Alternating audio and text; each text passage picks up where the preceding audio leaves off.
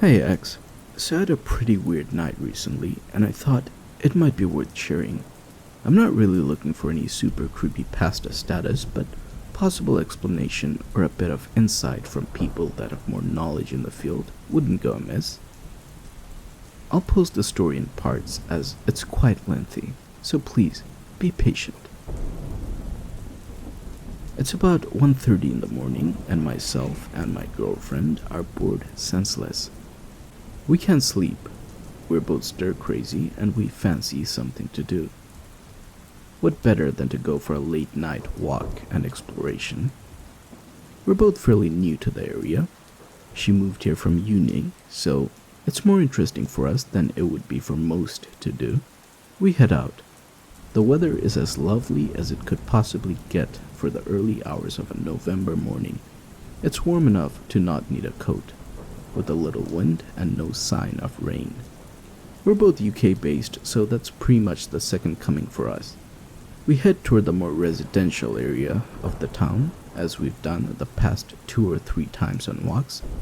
Not a conscious decision by any means, it just happens. And we drop in the 24/7 shop and grab a drink and carry on our way. We make a conscious decision to make some turnings down the road we've never been before in order to hopefully explore more of the town and get to grips with the places we haven't seen. After a while, we notice we're somewhere we've been before every time we've been on a walk at night. It's a quiet, long road with a stream and a field on the left, and a set of houses away in the distance to the right. Farming land. A little strange, considering we made an active effort to take a route away from anywhere we've been before, but we think nothing of it at the time. A shared joke about spooky, scary skeletons, and we're on our way. This is where things first start to get a little odd.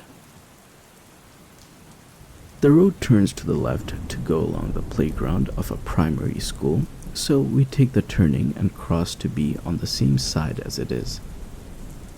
It's to the right of us at this point. Probably about 50 yards after the crossing, my girlfriend stops and calls me. "Do you see that?" I'm oblivious to what she's talking about at first, but my eyes follow her pointing to the floor. A very clear footprint in the dew on the concrete, a bare footprint. One that was certainly no larger than a primary school child's. I look at her, weakly giggle, and say, "What the fuck?"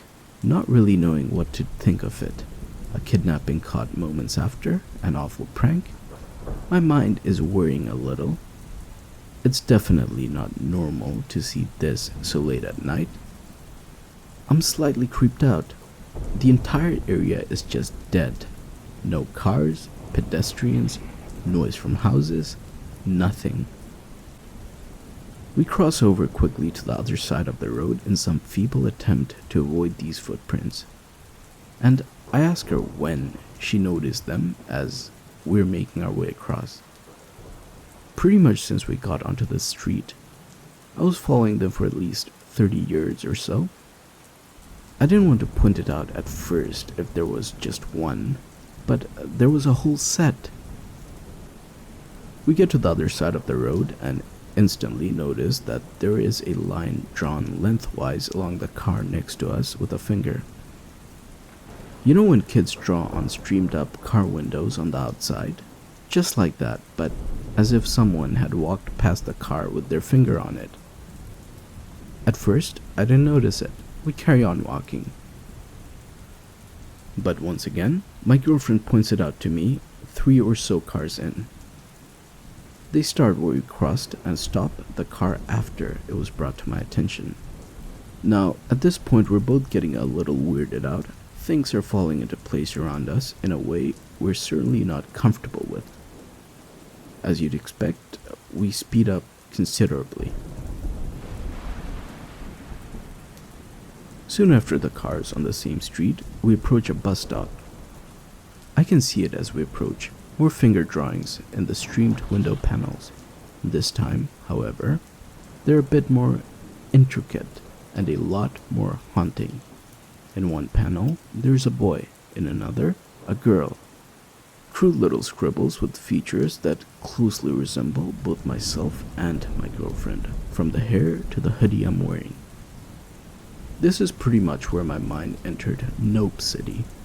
I decided it would be best if we started making our way back home as swiftly as possible, and my girlfriend agreed all too quickly. We're both uncomfortable and very twitchy. We whip out our phones and work out the route home. Thanks, Google Maps. 1.9 miles, easy enough. We follow the navigation, making sure we're headed the right direction. Up ahead, we notice that things are starting to get a little misty. How cliche, huh? There's no avoiding it though. It's a straight road with no turnings for a little while, so we grin and bear it. This is where I notice temperature dropping exceptionally quickly, though I decide not to say anything about it. No point adding to the concerns. Soon enough, we pass a small block of apartments to the left, separated from the road by a fairly sizable patch of grass and some tiny withered hedges. Nothing else. As we're passing through the apartments, we hear a voice, female and indiscernible. She spoke 2, maybe 3 words at a maximum, fairly loudly, and lacking in any emotion whatsoever. We spin around and of course there's nobody there. On the street, outside the apartments, on the flat balconies, nothing at all. Time to speed up the walking again. We're going a bit stir crazy here, so we check navigation to see where we're going. 1.7 miles to go. Slow progress, but progress nonetheless. The fog was thickening, and the temperature was dropping notably, to the extent where my girlfriend brought it up to me. I almost wished that I had told her earlier for some reason, because I'd been thinking about it a little while now. We carry on as the temperature keeps dropping further and further, and the fog gets thick enough that we can't see more than a few meters in front of us. The direction we're meant to be going in is straight, so we're at least safe in the knowledge that we're heading the right way home.